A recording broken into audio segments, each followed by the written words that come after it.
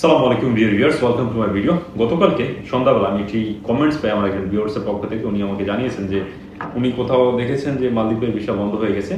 তো সেটি দেখার পরপরই আমি প্রথমেই চলে যাই বাংলাদেশের এম্বাসির ওয়েবসাইটে। ওখানে গিয়ে আসলে আমি তেমন কোনো তথ্য পাইনি এবং পরবর্তীতে আমি বেশ কিছু নিউজ চ্যানেল ঘাটাঘাটি করার পরে একটি নিউজ পেয়েছি RTVতে। ওনারা একটি নিউজ করেছেন এই বিষয়টি সম্পর্কে। সো সেই নিউজটিতে কি কি রয়েছে এবং কেন আমরা এখন পর্যন্ত বাংলাদেশ এম্বাসির পক্ষ থেকে কোনো নিউজ পাইনি এবং আমরা যারা বিভিন্ন জায়গায় পাসপোর্ট জমা দিয়ে রেখেছি তাদের করণীয় কি, সেই সমস্ত বিষয়গুলো তুলে ধরার চেষ্টা করবো এই ভিডিওর মাধ্যমে। প্রথমেই আমি RTV যে নিউজটি করেছে সেটি আপনাদের সাথে একটু তুলে ধরার চেষ্টা করব। তাদের নিউজটির হেডলাইন হচ্ছে এমন: মালদ্বীপে বাংলাদেশি শ্রমিক নিয়োগ ফের নিষেধাজ্ঞা। মানে হচ্ছে মালদ্বীপে বাংলাদেশি শ্রমিক নিয়োগ আর আনা হবে না, এরকম একটি নিষেধাজ্ঞা দেওয়া হয়েছে, যেটি দেওয়া হয়েছে 2019 সালে একবার। সো এই নিউজটি করা হয়েছিল 21শে মে 2024 সন্ধ্যা 7:48।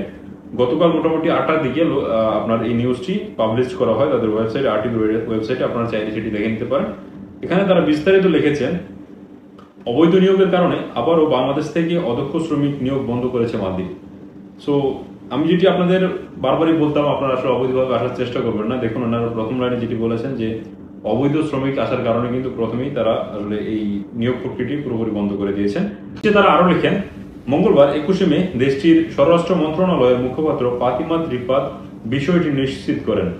মালদ্বীপের স্বরাষ্ট্র মন্ত্রণালয়ের বরাত দিয়ে স্থানীয় গণমাধ্যম জানায়, অবৈধ নিয়োগের কারণে বাংলাদেশ থেকে অদক্ষ শ্রমিক নিয়োগ বন্ধ করা হয়েছে। এই বিষয়ে মালদ্বীপের স্বরাষ্ট্র মন্ত্রণালয়ের মুখপাত্র ফাতিমা ত্রিপাদ স্থানীয় গণমাধ্যমকে বলেন, মালদ্বীপে কিছু কোম্পানি জাল কাগজপত্র দাখিল করে শ্রমিক নিয়োগ করেছেন, তাই গত 1 মাস আগে বাংলাদেশ থেকে অদক্ষ শ্রমিক নিয়োগ বন্ধ করা হয়েছিল। এই বিষয়টি নিয়ে তদন্ত শুরু হয়েছে। আমি আপনাদের যেটি বারবারই বলেছি, দেখুন আপনারা অবৈধ পথে আসার চেষ্টা করবেন না। দেখুন সেই কারণেই কিন্তু মূলত তারা যে ভিসা বন্ধের যে কারণটি বলেছেন তার প্রথম কারণটি হচ্ছে অবৈধভাবে আসা। অনেকেই বলতেছেন ফ্রি ভিসা। আমি প্রথমেই বলেছি ভাই, মালদ্বীপে ফ্রি ভিসা বলতে কোনো ভিসা নেই। তো সেক্ষেত্রে তারা স্বরাষ্ট্র মন্ত্রণালয় থেকে বলেছেন এখানে বেশ কিছু কারসাজি করা হয়েছে, জাল দলিলপত্র। অনেকে বলছেন আমার ভিসাটা ক্যান্সেল হয়ে গেছে। এখন বুঝতে পারছেন আপনার ভিসাটা কেন ক্যান্সেল হয়েছে। এই ধরনের সমস্যার কারণে কিন্তু ভিসাগুলো ক্যান্সেল হয়েছে এবং পরবর্তীতে গত 1 মাস যাবত কোনো ধরনের ভিসা দেওয়া হচ্ছে না, সকল কার্যক্রম স্থগিত করা হয়েছে এবং এখন ফাইনালি পুরোপুরি ভিসাটা বন্ধ করে দেওয়া হয়েছে।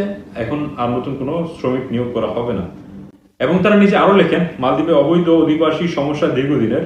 সমস্যা সমাধানে পররাষ্ট্র মন্ত্রণালয় সাম্প্রতিক কুরাঙ্গি নামের একটি বিশেষ অভিযান শুরু করেন। অভিযানে 700 জনের বেশি অধিবাসী বায়োমেট্রিক তথ্য সংগ্রহ করেছে মন্ত্রণালয়। এখানে আমি আপনাদের কয়েকদিন আগে জানিয়েছি মালদ্বীপে অবৈধ শ্রমিক অ্যারেস্ট করা হচ্ছে, আটক করা হচ্ছে। তো এখানে তারা জানিয়েছেন যে প্রায় 700 জনকে তারা তথ্য তারা বেশি সংগ্রহ করেছেন, তার মানে তাদেরকে অ্যারেস্ট করেছেন। তারা এই অভিযানটির নাম দিয়েছে কুরাঙ্গি। এবং তারা নিজে আরো লেখেন, 2019 সালে সেপ্টেম্বরে বাংলাদেশ থেকে অদক্ষ শ্রমিক নিয়োগের উপর নিষেধাজ্ঞা দেয় মালদ্বীপ। দেশটির সাবেক প্রেসিডেন্ট ইব্রাহিম মোহাম্মদ সলিহ প্রশাসনের এই সিদ্ধান্তটি গ্রহণ করেন। তারা বলেছেন 2019 সালে সেপ্টেম্বরে ইব্রাহিম সলিহ প্রশাসন এই আসলে নিষেধাজ্ঞাটি দিয়ে থাকে 2019 সালে। তবে 2023 সালে ডিসেম্বরে এই নিষেধাজ্ঞা তুলে নেন বর্তমান প্রেসিডেন্ট, নতুন প্রেসিডেন্ট মোহাম্মদ মুজিব প্রশাসন। এই ইলেকশনের পরে যখন গভর্নমেন্ট চেঞ্জ হয়, মোহাম্মদ মুজিব প্রশাসন এই নিষেধাজ্ঞাটি তুলে নেন। এখন দেশটির স্বরাষ্ট্র মন্ত্রণালয় আলী ইউনুস বলেন, বাংলাদেশি শ্রমিকদের জন্য 1,39,220টি ওয়ার্ক পারমিট আগে থেকেই রয়েছে। তার মানে এখন ভিসা চালু হওয়ার আগে থেকেই 1,39,220 জন শ্রমিক অলরেডি মালদ্বীপে রয়েছেন। ভিসা খোলার আগে থেকেই তাদের মধ্যে ওয়ার্ক পারমিট ফি নিয়মিত দিয়ে বৈধ রয়েছেন মাত্র 39,004 জন। দেখুন, এখানে 1,39,000 রয়েছে কিন্তু বৈধ রয়েছে শুধুমাত্র 39,004 জন। তাহলে বুঝতেই পারছেন এখানে বিশাল সংখ্যক একটা অবৈধ শ্রমিকের সমস্যা এখানে রয়ে গেছে, যেটির কারণে 2019 সালে এটি বন্ধ করে দেওয়া হয়। পরবর্তীতে যখন 2023 সালে চালু হয়, একই সমস্যার কারণে এখন আবারও বন্ধ করে দেওয়া হয়।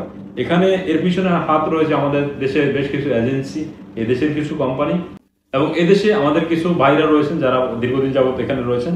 তারা বিভিন্ন মাধ্যমে কিন্তু এই কাজগুলো করেছেন, যার কারণে কিন্তু আজকে মালদ্বীপের সাথে বাংলাদেশের ভিসা বা এত সম্ভাবনাময় একটি খাত বা একটি সম্ভাবনাময় একটি দেশ মালদ্বীপের সাথে বাংলাদেশের ভিসা সম্পূর্ণভাবে বন্ধ করে দেওয়া হয়েছে। এখন এই বিষয়টি নিয়ে পুরোপুরি তদন্ত চলছে পুরোপুরি ভিসা এখন বন্ধ।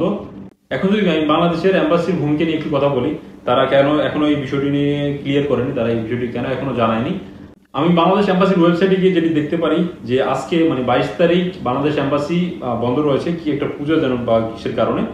এবং গতকাল যেহেতু সন্ধ্যার পরে নিউজটি পাবলিশ হয়েছে, তখন তো অফিস অফ টাইম, তো আমার মনে হচ্ছে সেই কারণেই এখনো পর্যন্ত বাংলাদেশ এম্বাসি থেকে কোনো ধরনের প্রজ্ঞাপন বা কোনো ধরনের আসলে বার্তা আমাদের জন্য এখনো আসেনি।